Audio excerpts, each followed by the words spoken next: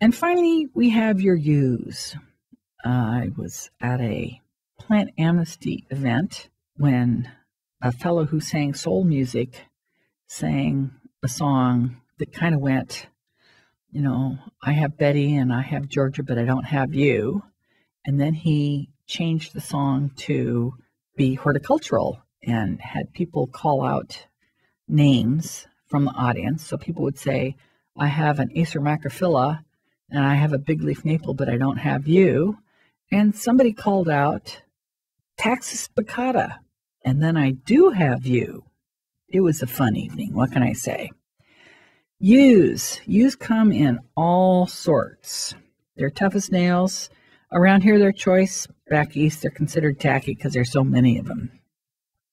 There's straight up yews.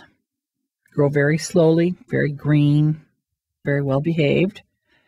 They do get big. You know, after 50 years, that little skinny yew will turn into a great big, pretty skinny yew. There's natural shaped yews. This, I believe, is a Pacific yew. You can prune your yew as a tree-like shrub, or, you know, by thinning it out and making it more open and airy. And you can shorten it using selective heading cuts.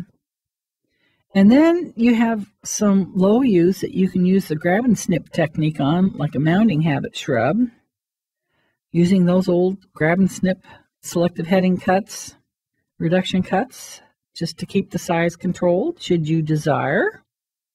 You could keep it as an informal hedge using selective heading cuts, also called reduction cuts, so that it looks natural, but basically acts as a wall. You can radically renovate them. They will break bud anywhere. Tough as nails. Occasionally people have a great big pointy yew in front of their garage that finally just gets to be a nuisance because it's up in the eaves and you can't drive past it. They try to get rid of it by cutting it to the ground, and instead their yew comes right back from the ground. Yews will just break bud. They're great that way, if somewhat slow. The fact that they grow slowly makes them an excellent candidate for formal hedges. And in fact, I think one of the most beautiful hedges in the world would be a sheared yew hedge. And they're also extremely malleable. You can use heading cuts to shape them into anything you want. So if you have the topiary king in your family, get him a yew. Have him go to work on it with a pair of hedge shears.